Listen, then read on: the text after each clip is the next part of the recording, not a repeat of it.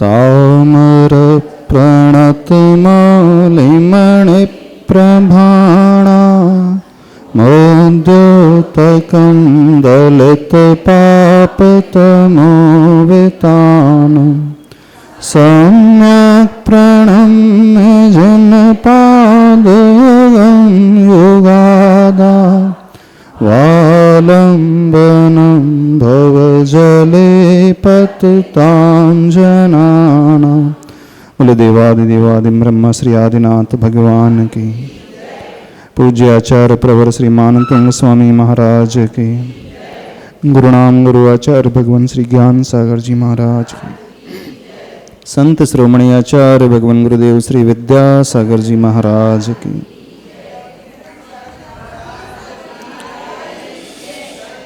श्लोक नंबर 11, इसका उच्चारण कर लें। दृष्ट्वा भवन्तमनिमेष विलोकनीयं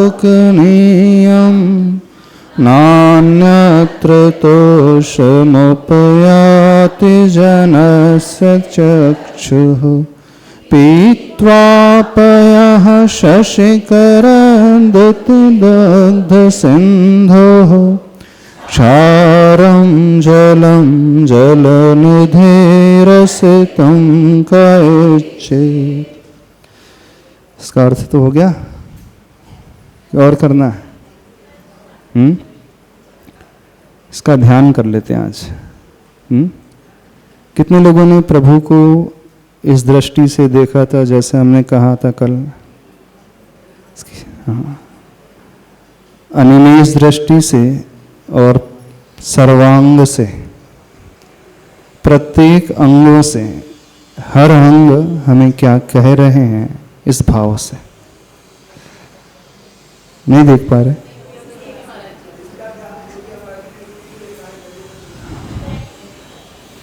क्या बोल रहे हैं? जो कंठ में आपने बताया था कि कंठ में 3 रेखाएं हैं, उसका भूल गए, क्या बताया था? अच्छा। गर्दन जो प्रतीक होती है वो अभिमान से रहित, दीनता से रहित है। चलो आज थोड़ा सा ध्यान करा लेते हैं, फिर अगले श्लोक को ले लेंगे। उसमें भी बहुत सुंदर भाव है।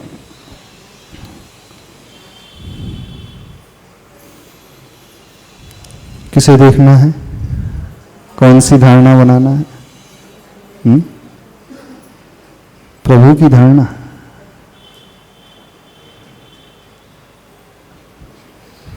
प्रभु के चेहरे की धारणा। कल हमसे कोई पूछ रहा था, महाराज जी आपने कहा था कि भगवान के चरणों में दृष्टि रखना चाहिए। फिर हम कल कह रहे थे कि नहीं, भगवान की आंखों को भी देखना है, कानों को भी देखना है। भक्ति तो चरणों की ही करना है। जब हम भावों को लाना है तो एक एक अंग की ओर भी हम निहार सकते हैं, उसमें कोई दोष नहीं। जिसके माध्यम से हमारी विशुद्धि बढ़े वो हमें करना है। ठीक है, चलो करते हैं। आंखें बंद करें, गहरी सांस लें, नाभि तक लेकर आए।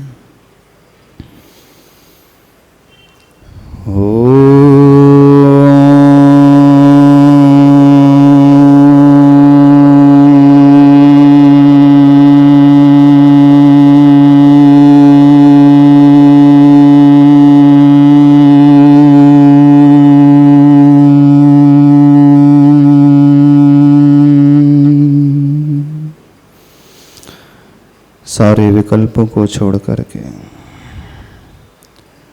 अपना ध्यान प्रभु की ओर, उस प्रशांत मुद्रा की ओर, वह सौम्य मुद्रा धारण किए हुए पद्मासन में प्रभु विराजमान है। स्वर्ण वर्ण की जिनकी काया है, जिस पूरे शरीर से वह तेज फैल रहा है, उस रूप को आंतरिक आंखों में लेकर के आए, हृदय में लेकर के आए।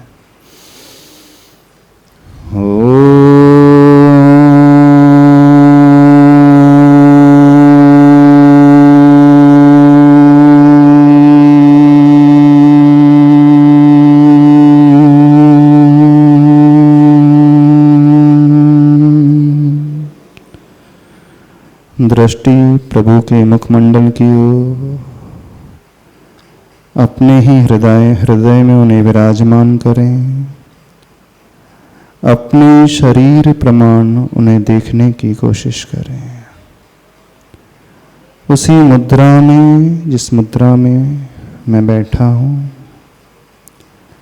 अब मेरी आंखें प्रभु की आंखें, मेरे कर्ण प्रभु के कर्ण, मेरा चेहरा प्रभु का चेहरा, संपूर्ण शरीर मेरा नहीं प्रभुमय।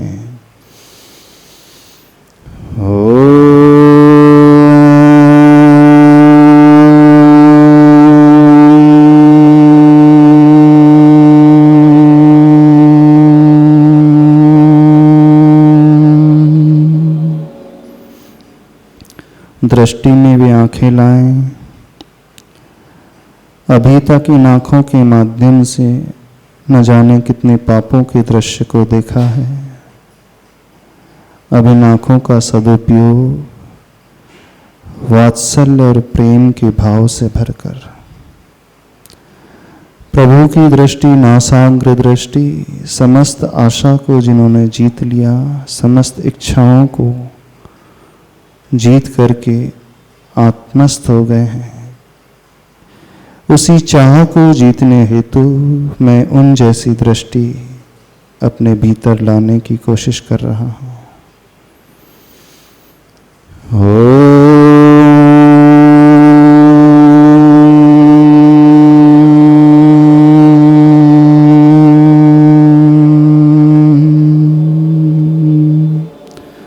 प्रभु की दृष्टि में कोई वासना नहीं, कोई पाप नहीं, कोई उग्रता नहीं, कोई भय नहीं।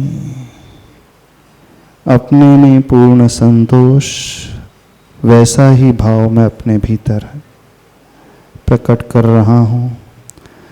अपनी आत्मिक शक्ति को उन जैसी आत्मिक शक्ति के माध्यम से जोड़ रहा हूँ। अपनी दृष्टि को पूर्ण निर्मल बना रहा हूँ, स्वच्छ बना रहा हूँ, और कोई भाव भीतर नहीं, बस प्रभु जैसी निर्मल दृष्टि, साम्य दृष्टि।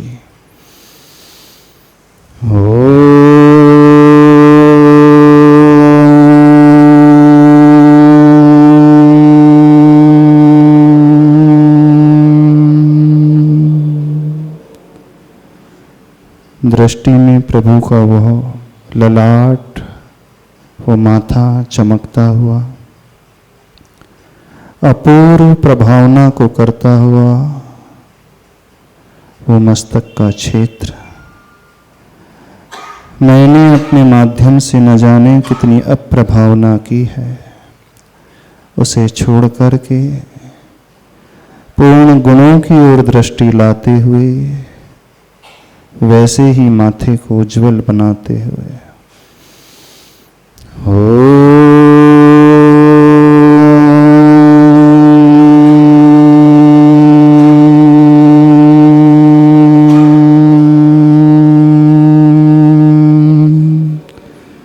कुछ पल के लिए उन्हें सिर्फ निहारे, अनिमेष भाव से उनके उस सौंदर्य और रूप को देखें। अभी तक न जाने मैंने किसे देखा है, इस प्रशांत मुद्रा को नहीं निहारा। अब भाव में सिर्फ वही प्रशांत का, वही सौम्यता का परिणाम, और कुछ नहीं।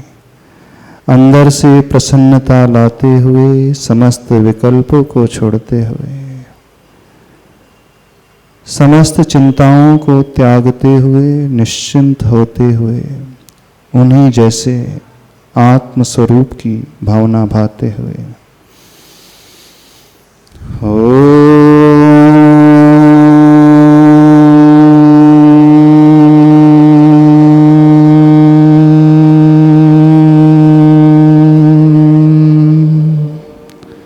प्रभु के वे केश जो बढ़ते नहीं हैं, भीतर कोई उतावलापन नहीं, कोई उत्सुकता नहीं, पूर्ण समता का भाव, जो मिला उसी में संतोष का भाव।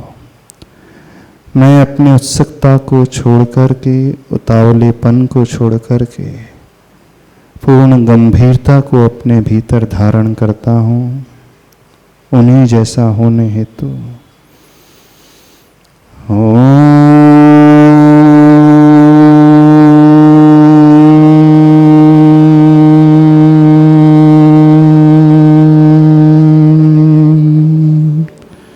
दृष्टि ने प्रभु के वे लंबे कर्ण जो कंधों को छू रहे हैं, उन कानों से प्रभु ने कभी अपनी प्रशंसा सुननी नहीं चाही। पर की निंदा से उनके कान बहरे हो गए। मैंने अपने कानों का आज तक दुरुपयोग किया। उसी संकल्प के साथ आत्म प्रशंसा से ऊपर उठना, पर निंदा के त्याग से सिर्फ गुण को ही सुनना, उस शक्ति को ही सुनना और कुछ नहीं। दृष्टि कानों की ओर उन शब्दों को सुन रहा हूँ जो साक्षात दिव्य ध्वनि के रूप में समोसरण में खिर रही है। अपने कानों को मैं पवित्र कर रहा हूँ उस दिव्य अमृत के पान से।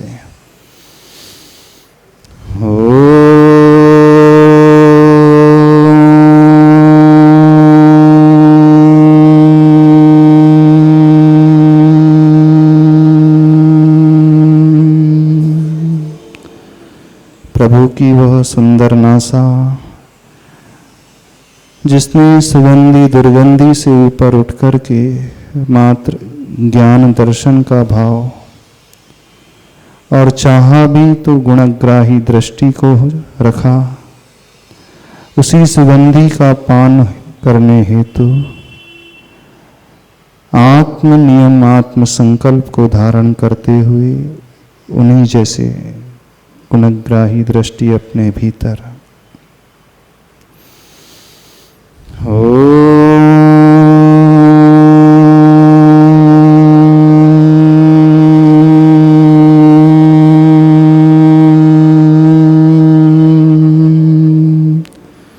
दृष्टि में प्रभु का मुख कमल, वे लालिमा को लिए हुए होंठ, उस मुख और सर्वांग से खिरने वाली अनेक जीवों के कल्याण करने वाली दिव्य ध्वनि। मैंने अपने मुख का प्रयोग अब शब्दों में किया, कठोर वचनों में किया। प्रभु के श्रीमुख से हमेशा हितमित और प्रियकारी वचन निकलते हैं। अपने वचनों को उन जैसे ही बनाने हेतु, अपनी जिह्वा को शुद्ध और निर्मल बनाने हेतु, अपने तालु के माध्यम से उस ओंकार की ध्वनि करता हुआ पूर्ण शरीर के आत्मा के प्रदेशों को अवगाहित कर रहा हूँ।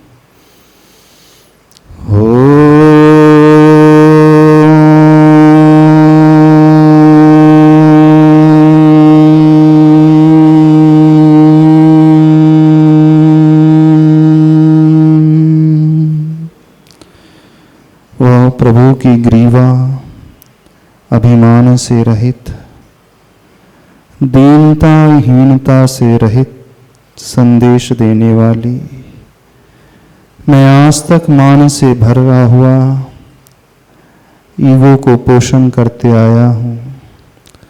निराशावादी सोच लेकर दीनहीन बनता आया हूँ। अनिमेष भाव से उनके उस स्वरूप को देखकर उस दीनता के भाव से मैं ऊपर उठ रहा हूँ। अभिमान को छोड़कर पूर्ण अपने ही स्वभाव में, ज्ञान और दर्शन स्वभाव में आ रहा हूँ।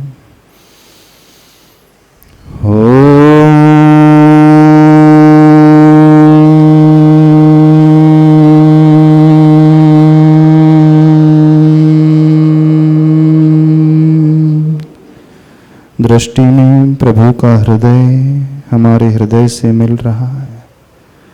उन्हीं जैसे वात्सल्य की भावना, करुणा की, अनुकंपा की भावना अपने हृदय में धारण कर रहा।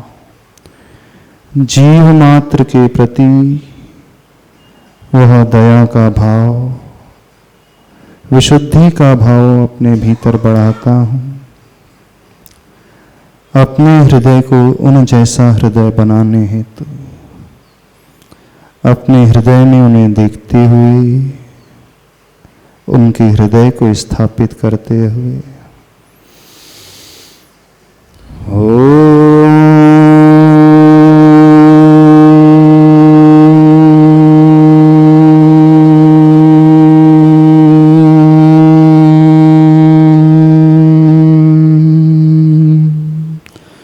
जिन प्रभु की कंधे न झुके हैं न तने हैं, समस्त द्वेष और राग से ऊपर उठा हुआ वो प्रतीक, जिनकी बाएं हथेली पर दाएं हथेली है, समस्त कृत्यों से जो ऊपर उठ चुके हैं, कृतकृत्य हो चुके हैं, समस्त कर्तापन की भाव से जो ऊपर उठे हैं, वे उनकी हथेली दर्शा रही है। ऐसे ही अपने हाथों को निर्मल बनाने हेतु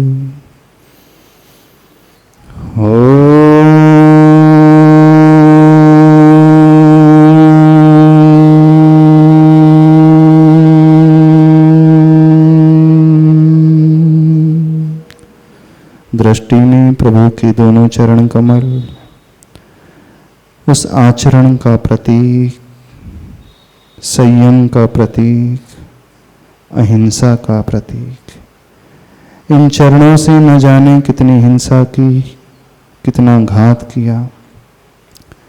दृष्टि उन चरणों की ओर लाते हुए, उन्हें जैसा आचरण बनाते हुए, अपने माथे को उनके चरणों में झुकाते हुए, उनके अंगूठों को स्पर्श करते हुए उस ऊर्जा को अपने भीतर मैं ले रहा हूँ।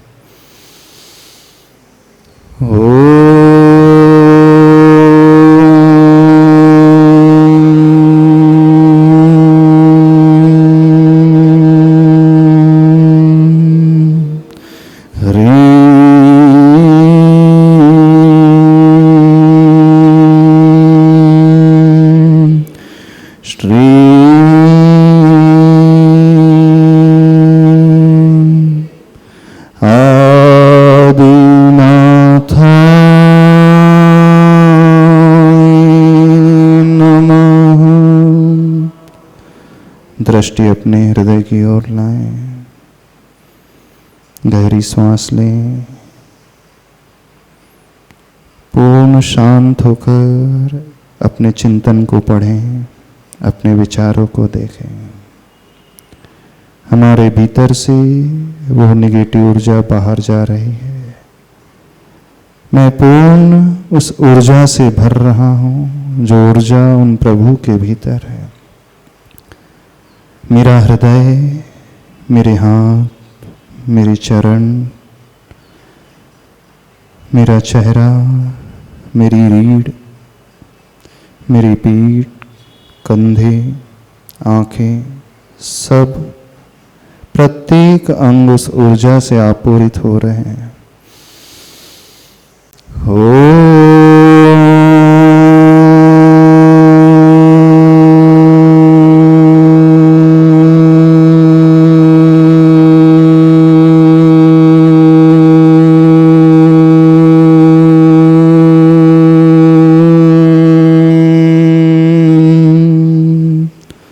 दोनों हाथों को जोड़े, हल्का सा घर्षण करते हुए इस पूरी ऊर्जा को अपने शरीर से स्पर्श करते हुए देवादिदेव श्री आदिनाथ भगवान की जय। कहाँ मन लग रहा था, सही से बताना। लग भी रहा था कि नहीं लग रहा था? अनिमेष दृष्टि से देखें, फिर पलक बंद करके भी देखें। एक एक अंगोपांग को देखने की कोशिश करें, शांति से बैठ करके, कोई डिस्टरबेंस नहीं, कोई हो हल्ला नहीं, कोई मंत्र जाप नहीं, कोई स्तुति नहीं, कोई पूजा नहीं, थोड़ी देर के लिए ही सही, सिर्फ प्रभु को अपने भीतर देखें, उन भगवान को अपने भीतर हृदय में देखें। इससे बहुत विशुद्धि बढ़ती है, बहुत ऊर्जा भी बढ़ती है, और इसका सबसे बड़ा लाभ हमारा शरीर भी स्वस्थ होता है। परिणाम तो स्वस्थ होते ही हैं, मन मजबूत होता ही है, शरीर में रहने वाली जो विकृतियां हैं, टॉक्सिक मटेरियल हैं, वह भी धीरे धीरे दूर होते हैं। एक शुद्ध ऊर्जा का संचार ऊपर से लेकर नीचे तक हमारे भीतर होने लगता है। उतनी देर के लिए ही नहीं, इसका इफेक्ट फिर बहुत देर तक रहता है, भाव फिर बहुत अच्छे बने रहते हैं। प्रयोग करते हो आप लोग?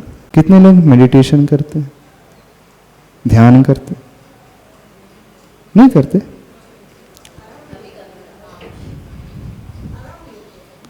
योग करते हैं, अरुण योग कर रहे हैं, कभी प्रभु का भी ध्यान किया कर रहे हैं, वो भी बहुत अच्छा योग है अरुण योग, वो भी हम कराते थे, महाराज जी से हमने सीखा था, प्रणम सागर जी से, वो भी बहुत अच्छा है, प्रैक्टिस बहुत अच्छी होती है।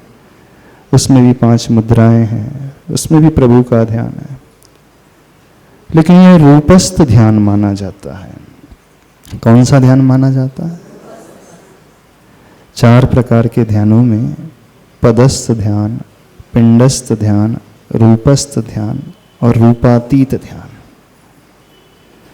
पूज्यवर सुबचंद्र स्वामी जी ज्ञानार्णव ग्रंथ में इसका बहुत अच्छे से वर्णन करते हैं। हमें बहुत कुछ प्राप्त होता है।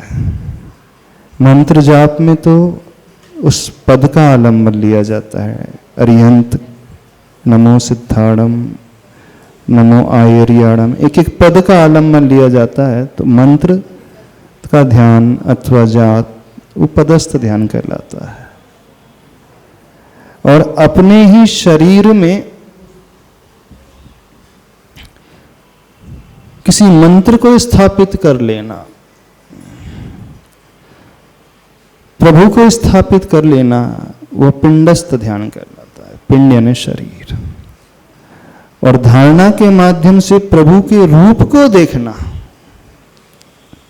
प्रभु के शरीर की ओर दृष्टि करना, ये रूपस्थ ध्यान। और रूपातीत तो गुणात्मक होता है, चिंतन से अतीत होता है, ज्ञान दर्शनमय होता है। कभी कराएंगे आपके लिए ध्यान, बता देंगे, ठीक है? वो बहुत अच्छी कला है। प्रवचन से जो लाभ नहीं होता है, कई गुना लाभ ध्यान से होता है। पढ़ने से जो लाभ नहीं होता है, कई गुना एनर्जी उस ध्यान से मिलती है। आंतरिक और बाहिरंग दोनों, शारीरिक और मानसिक और आत्मिक शक्ति का विकास होता है। बहुत सारी विधि है ध्यान की।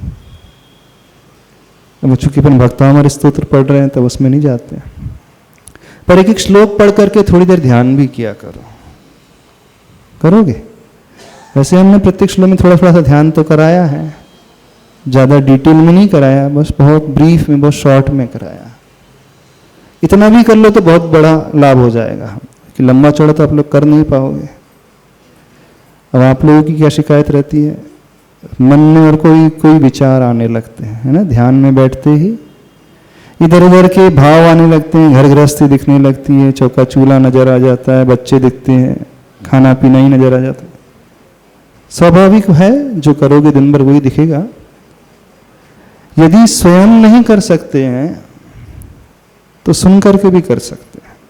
इसे लगा लिया, उसका आलम्बन श्रावक कर लेकर के कर सकते, कोई बाधा नहीं है गृहस्थ अवस्था में। फिल्मों के गाने सुनने से बहुत अच्छा है।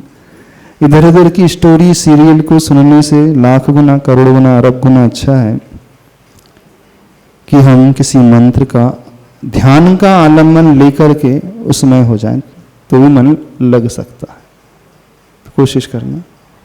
आजकल तो बहुत सारी फैसिलिटीज सबके पास, टेक्नोलॉजी के एडवांटेज भी बहुत सारे हैं। आप YouTube में जा कर के सुन सकते हैं, देख सकते हैं, जब चाहे उपयोग कर सकते हैं। पहले तो रेस्ट्रिक्शन थे कि टेलीविजन थी अकेले, जब टीवी में आता था तभी आपको बैठना पड़ता था। अब तो वो रेस्ट्रिक्शन भी समाप्त हो गई है ना, यानी फैसिलिटी बहुत मिल गई है। तो एक पक्ष अच्छा वाला पक्ष टेक्नोलॉजी का जो हमें सहायक सिद्ध हो जाता है हमारे लिए, वो भी है। तो इसका आलम्बन लेकर के भी आप कर सकते हैं। थोड़ी देर लगा दिया और उस रूप का चिंतन इसके माध्यम से शुरुआत में किया, फिर जब अभ्यस्त हो जाते हैं तो फिर आलम्बन की आवश्यकता नहीं होती। जब व्यक्ति का स्वयं का चिंतन इतना बढ़ जाता है, स्वयं का जब अभ्यास बढ़ जाता है, तो उसे किसी आलम्बन की आवश्यकता नहीं होती। और जब तक अभ्यास नहीं है तो आलम्बन लेकर के कर सकते हैं, कोई इसमें दुविधा नहीं आती, निषेध नहीं आता। तो करोगे कि सब बंद, क्लास के बाद सब बंद, हमारा जी पढ़ना था तो पढ़ लिया, जितना सीखना था सीख लिया, अब उसके बाद महाराज जी आप गए हम लोग भी गए ऐसे ही कि नहीं? नहीं ऐसे ही, क्योंकि आचार्य का तो विहार चल ही रहा है। जब आचार्य का विहार हो सकता है तो सबका विहार हो सकता है? नहीं हो सकता। जब आचार्य भगवान का विहार गर्मी में शुरू हो सकता है तो फिर तो किसी का भी विहार हो सकता है। तो डॉक्टर साहब हो सकता है कि नहीं हो सकता? बताओ। हो सकता है ना? अच्छा हो सकता है, लेकिन होना नहीं चाहिए। आचार्य भगवान ने एक बहुत अच्छा हाइकू लिखा है, जितना चाहा, जब चाहा, जो चाहा, क्या कभी मिला? हाँ? जितना चाहा, जो चाहा, जब चाहा, क्या कभी मिला? मिल जाता है। यदि चाहने से ही मिलना होता तो हम सब तो सभी भगवान बन ही गए होते, नहीं बन गए होते। हम सभी लोग परम सुखी हो गए होते, आनंद को तो प्राप्त कर लिए होते। लेकिन चाह के अनुरूप मिलता कब है? मिल जाता। हाँ मिल सकता है चाह के अनुरूप, यदि हम इतना पुण्य अपना बढ़ा लें, पुण्य गाढ़ा कर लें, विशुद्धि इतनी बढ़ा लें, तो उस विशुद्धि के प्रताप से सब कुछ पा सकते हैं। जो चाहेंगे वो भी मिल जाएगा। अब हमारे हाथ में है, हम कितना बढ़ाना चाहते हैं और नहीं बढ़ाना चाहते हैं, ऐसे ही रहना चाहते। समझ में आ गया? श्लोक समझ में आ गया 11वां? आगे चले? किसमें कुछ रह गया? डाउट तो नहीं रहेगा? कोई किसी को कुछ पूछना तो नहीं? क्योंकि वैसे ही बहुत लंबा हो रहा है अपना, बहुत लंबी तो नहीं हो रहा है भक्तामर स्तोत्र। एक ही कुछ लोगों को जिज्ञासा हो सकती है, महाराज जी बहुत लंबा हो रहा है, आपको तो एक दिन में एक श्लोक पूरा कर ही देना चाहिए। हाँ? हो सकता है, प्रश्न उठ सकता है, क्या बात है। लेकिन मेन पर्पस जो है पढ़ना नहीं है, आत्मसात करना है, उतारना है। क्यों भजन सागर जी? मेन उद्देश्य क्या है? उद्देश्य क्या होना चाहिए? उद्देश्य जो है, जो चीज अपन को मिल रही है उसमें तटस्थ हो जाए, जितना भी मिले उसमें तटस्थ होके सम्यक रूप से अपन उसको। आचार्य भगवान एक ही चीज हमेशा कहते हैं, हम जो भी करें अच्छे तरीके से करें, पूर्ण तरीके से करें, गहराई तक जाकर के करें, संख्या पर ना जाए, गिनती पर ना जाए। सबके साथ अधिकांश प्रॉब्लम होता है कि जितने भी नियम है संख्या और गिनती तक ही रहते हैं। पेज स्वाध्याय करना है तो किसी का 5 पेज पढ़ने का नियम रहेगा, किसी का 30 मिनट का स्वाध्याय का नियम रहेगा, किसी का 1 घंटे का नियम रहेगा। तो वो फिर खाना पूर्ति में लग जाता है। जहाँ तक हम समझते हैं मेरा नियम ये है तो मुझे पूरा करना है। नियम ये होना चाहिए, हमें उसके रहस्य तक पहुँचना है, हमें उसके आनंद तक पहुँचना है, उसकी गहराई तक पहुँचना है। फिर भले ही वो एक साल में एक पेज भी हो तो कोई टेंशन नहीं लेना। क्वालिटी वाला होना चाहिए स्वाध्याय, जो है क्वांटिटी वाला नहीं होना चाहिए। लेकिन दुनिया सिर्फ क्वांटिटी के पीछे पड़ी है, क्वालिटी की ओर कोई नहीं। जब हम अभी पूज्य सुविधा सागर महाराज जी से मिले थे, महाराज जी लोग स्वाध्याय करते थे, तो महाराज जी श्लोक वार्ती का स्वाध्याय कर रहे थे, तो 5-6 साल तक उनका एक ही ग्रंथ चलते रहा, पूरा ही नहीं होता है।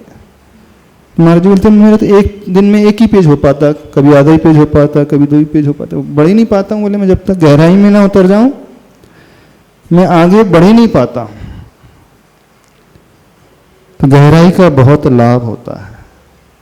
जब तक हम गहराई में प्रवेश नहीं करेंगे, आत्मसात कुछ नहीं होगा। यदि हम आत्मसात करना चाहते हैं कुछ भी, चाहे नमोकार मंत्र हो, चाहे भक्तामर स्तोत्र हो, चाहे वो पूजा हो, चाहे मंगलाष्टक हो, चाहे अन्य स्तोत्र हो, चाहे अन्य कोई ग्रंथ हो,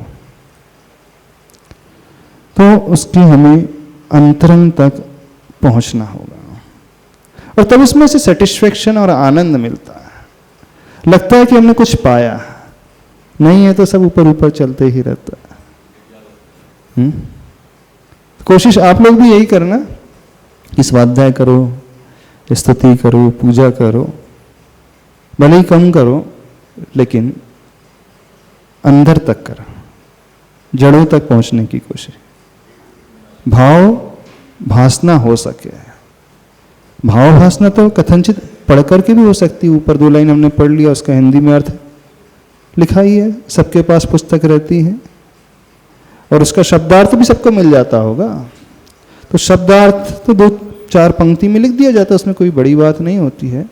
लेकिन जो लिखा है आचार्य भगवान ने, हम कितना उसका क्रियान्वयन कर रहे हैं, कितने भाव भाषणा में हम उसे जी रहे हैं, वो सबसे महत्वपूर्ण होता है। तो कोशिश करोगे ऐसे, अपने पुराने ढर्रे को बदल दोगे? पुराने ढर्रे को बदलने की कोशिश करना थोड़ा सा कठिन होगा, क्योंकि जो बरसों से करते आए हूं, 20 साल से करते आए हूं, ऑल ऑफ सडन यदि कहा जाए कि अब उस टेक्निक को बदल दो, उस तरीके को बदल दो, तो नए तरीके को अपनाने में थोड़ा पसीना भी बहाना पड़ेगा, थोड़ा समय भी देना पड़ेगा, थोड़ी सुविधाएं भी छोड़ना पड़ेगा, थोड़ा सा कठिनता का सामना भी करना पड़ेगा। लेकिन इन सब के बाद जो मिलता है वो अद्भुत मिलता है, अलग ही प्रकार का मिलता है। ठीक है, अगला श्लोक लेते हैं, श्लोक नंबर 12। यह श्लोक क्या कह रहा है? अब प्रभु की सुंदर रूप का वर्णन कर रहा है। इसका पहले उच्चारण कर लें। यह शांत राग रचिभिः परमाणुभिस्त्वं, पढ़ो, यह के बाद विसर्ग है। यह शांत राग रुचिभिः परमाणुभिस्त्वं निर्मापितस्त्रिभुवनैकललामभूत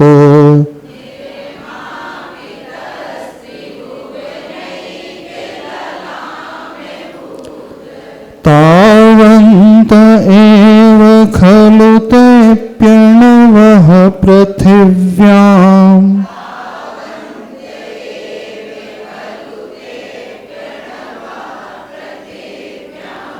यत्ते समानमपरं नहि रूपमस्ति।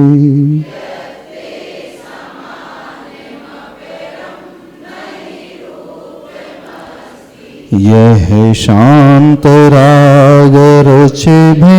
परमाणुभिस्त्वं निर्मापितस्त्रिभुवनैकललामभूत तावन्त एव खलु ते प्रणवः पृथिव्याम् यत्ते समानमपरं नहि रूपमस्ति। जानते हो श्लोक में कौन सा भाव है? महिलाओं के लिए सबसे उपयोगी श्लोक।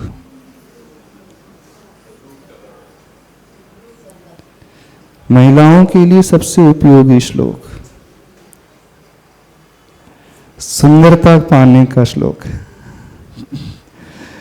रूप को पाने का श्लोक, रूप के वर्णन करने वाला श्लोक। गलत तो नहीं कह रहे हैं? आप लोग सबसे अधिक क्या चाहते हो?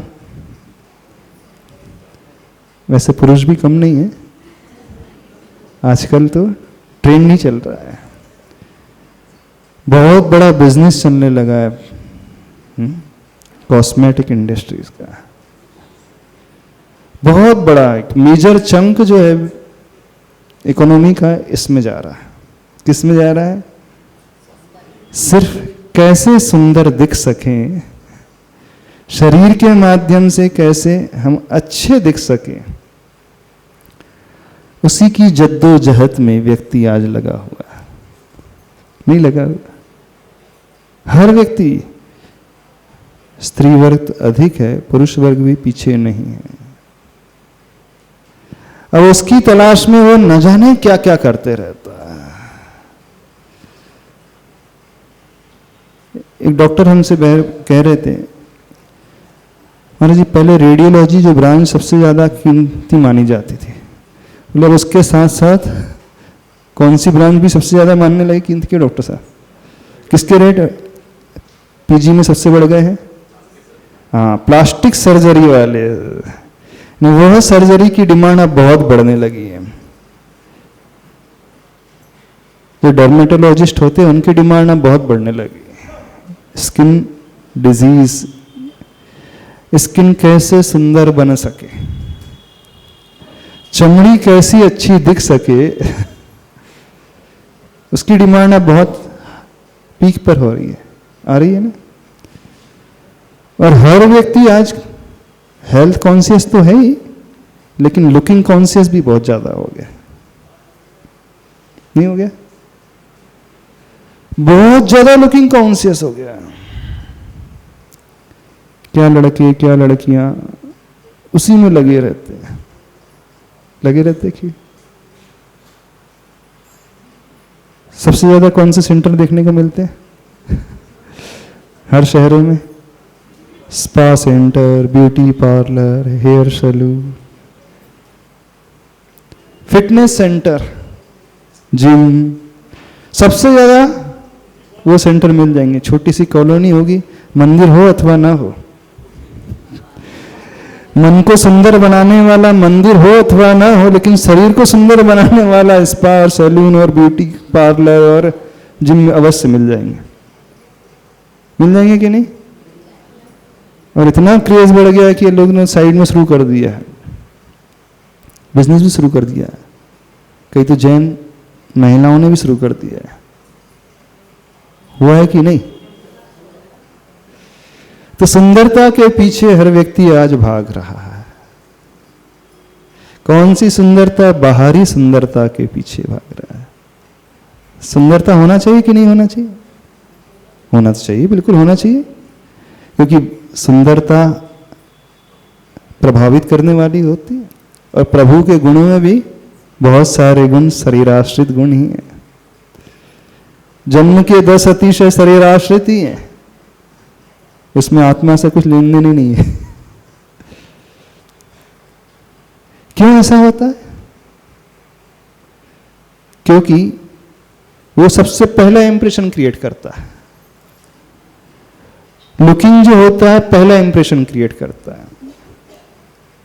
उसके बाद फिर व्यक्ति उसकी way of talking, way of eating, जब जो डिफरेंट एक्टिविटीज वो करेगा बाद में नजर आएंगे, तो उसी से सबसे पहले वो प्रभावित होता है और उसी के चक्कर में पड़ा है।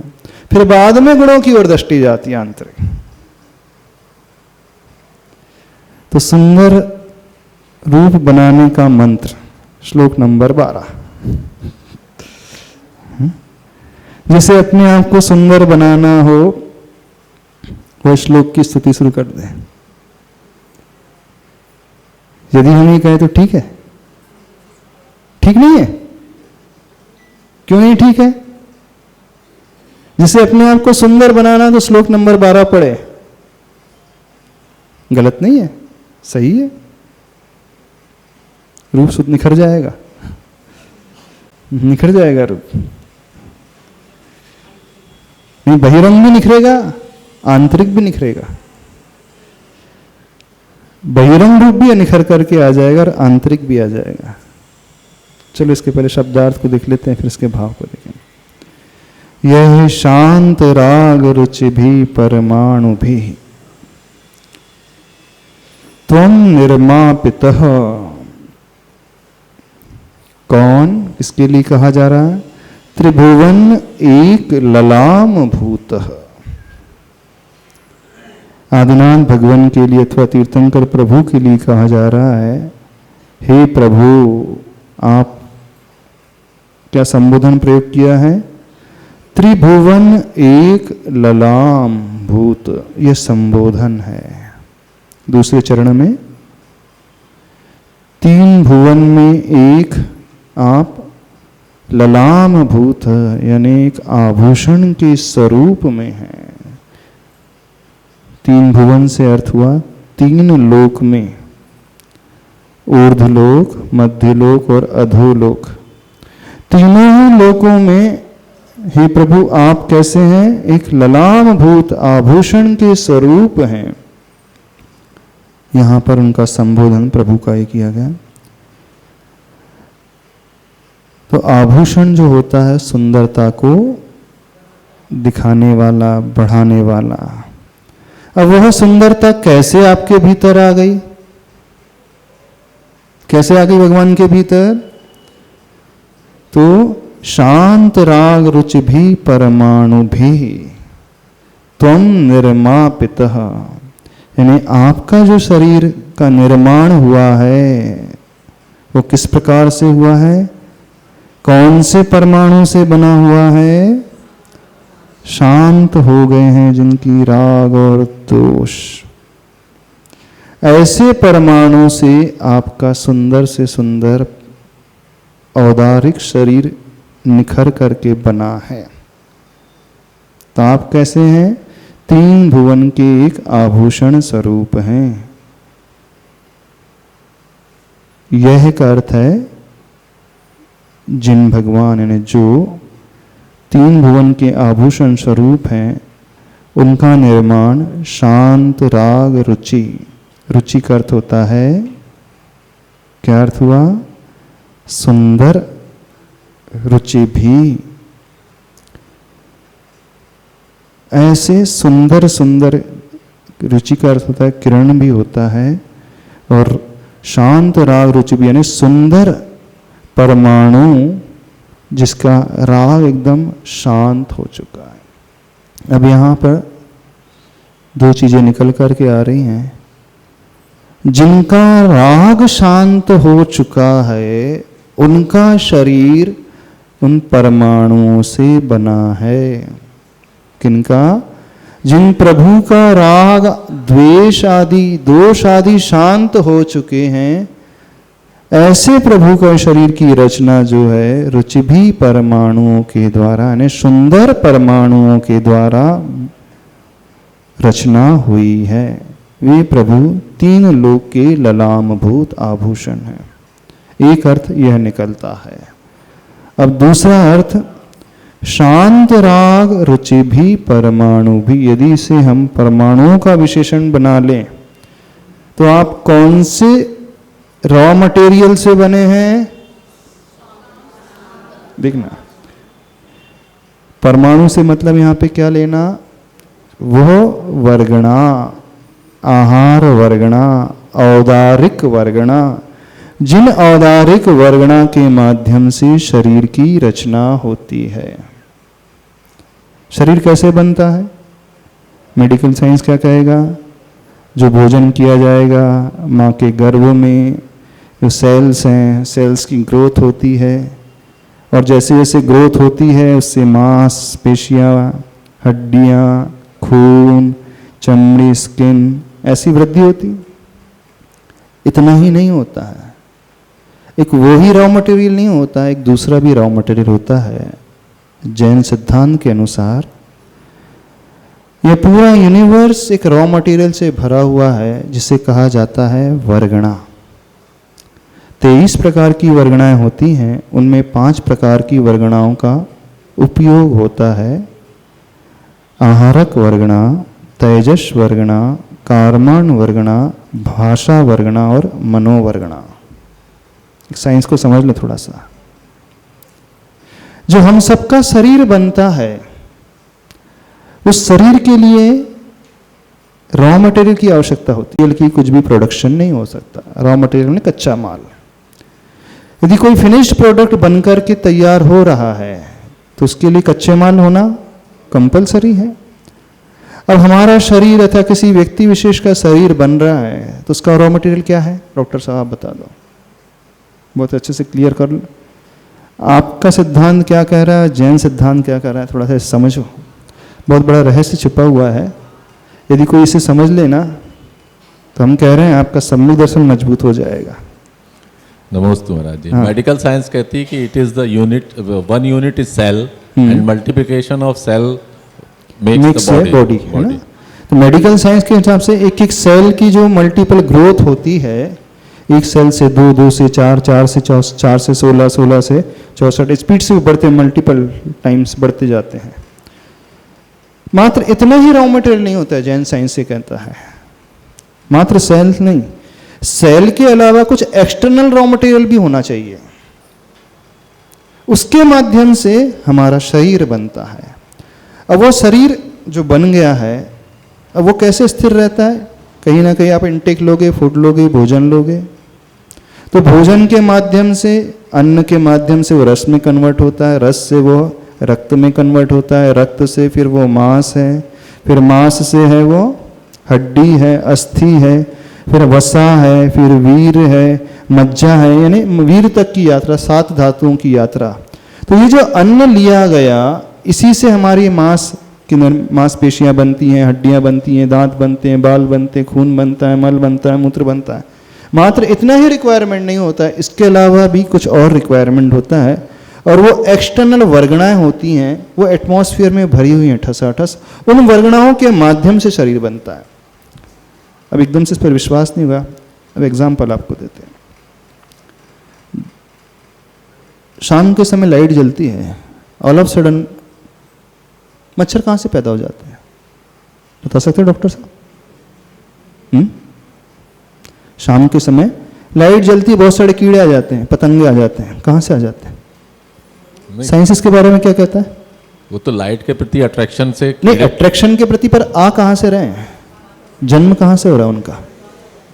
जन्म तो रिप्रोडक्शन से ही होता है हमारे। मॉस्किटोस कहाँ से पैदा हो गए? रिप्रोडक्शन से ही। रिप्रोडक्शन से। पहले मॉस्किटो ने इसको बर्थ दिया, दूसरे मॉस्किटो को। मॉस्किटो को, यस। अच्छा, बारिश आती है, पहली बारिश हुई, आपको बहुत सारे मेंढक देखने के लिए मिल जाएंगे। अभी तक मेंढक एक भी नहीं थे।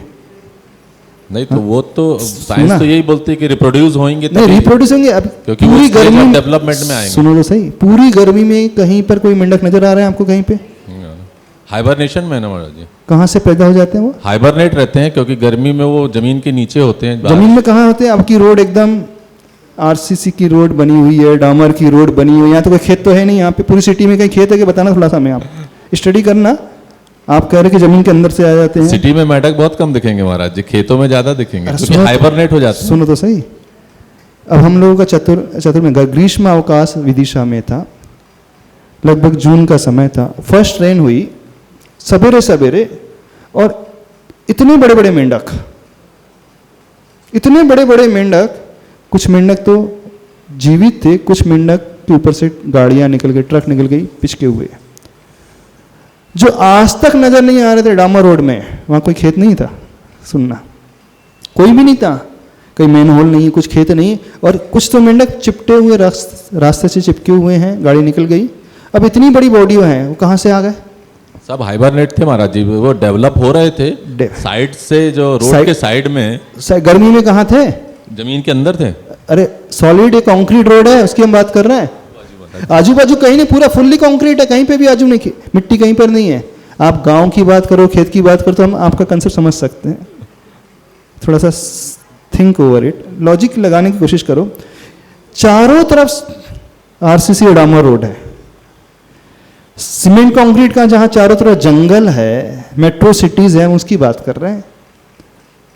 और इतने बड़े बड़े मेंढक कहां से आ गए? विज्ञान ये बोलता है, मेडिकल साइंस बोलता है नीचे से निकल करके आ गए। हाइबरनेट करते हैं वो गर्मी में। अरे आप गर्मी में सर्च करना, आज जाकर के कहीं मेंढक आपको मिल जाएगा, लेंस लेकर के ढूंढना कहीं पे, एक आध मेंढक तो सड़क के किनारे में छोटा सा मिल जाए, मूंगफली के दाने के बराबर। साइंस तो यही बोलती है। अरे साइंस तो भले ही बोल रहा है, लेकिन आप लॉजिक तो लगाओ। भले साइंस ने बोल दिया तो हम एक्सेप्ट कर लें, हम सर्च तो करें, थोड़ा सा देखे तो सही। आज सभी लोग देखना, लेंस से ढूंढना कहीं मेंढक मिल रहे हैं क्या? जमीन खोदनी होगी महाराज जी, जमीन खोदनी होगी। बिल्कुल, क्योंकि वो कम से कम 20 से 25 फीट नीचे तक चले जाते अच्छा, हैं। इतने सॉलिड पानी में चले जाती है, तो हमने सुना था अब एकदम सॉलिड अर्थ में 25 फीट में चले जाएंगे। सॉलिड में नहीं जाएंगे ना सुनो, कहीं। अब जैन साइंस क्या बोलता है? एक जन्म होता है जिसे समूर्छन जन्म कहा जाता है, यानी ऐसा क्लाइमेट क्रिएट हो जाता है तो अपने आप वो जीव जंतु पैदा हो जाते हैं। अच्छा, घर में रोटी है, एक दिन पुरानी हो जाती है, फंगस कहाँ से आ जाते हैं उसमें? तो बताना, फंगस कहाँ से आ जाते हैं, सड़ कहाँ से जाती है? एटमॉस्फेयर से लेता है। एटमॉस्फेयर से पैदा हो गया ना, कहीं था तो नहीं? नहीं था नहीं। एटमॉस्फेयर से जैसे आप कह रहे हैं पैदा हो जाते, तो उसे जैन साइंस कहता है समूर्छन जन्म। आपने नया घर बनाया, उस मकड़ियाँ कहाँ से आ गई? अभी एक भी मकड़ी नहीं थी, छिपकलियाँ नजर आने लगी, कहाँ से आ गई? एक भी छिपकली नहीं थी। नहीं, चींटियाँ कहाँ से निकल करके आ गई? कुछ भी नहीं था, बिल में थे। अरे बिल तो जब होगा तो नया, एकदम नया मकान है, अभी न्यूली कंस्ट्रक्ट है, कुछ भी नहीं है, मार्बल की फ्लोरिंग है। वो मच्छर, वो खटमल कहाँ से निकल करके आ जाए?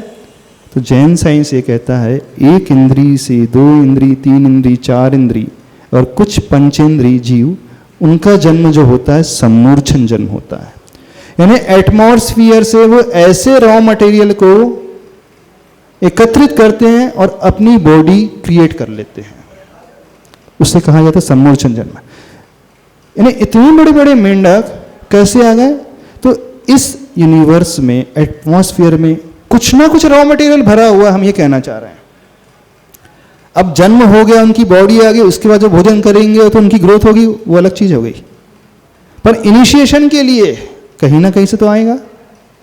तो जो आपने एक्सेप्ट किया कि फंगस एटमॉस्फेयर से आ जाती है, कुछ भी बाहर गोबर गिरता है गाय का, वहाँ पे कीड़े पैदा हो जाते हैं, उसमें जीव जंतु हो जाती हैं, बारिश के समय में वो पैदा हो जाते हैं, मशरूम पैदा हो जाते हैं, जैसे बहुत चाव से आप लोग खाते हैं, नहीं खाते? सब्जी बना करके आजकल तो बहुत ट्रेंड चल रहा है, मशरूम। वो कहाँ से पैदा हो जाते हैं? गंदगी में, कचरे में पैदा होता है मशरूम।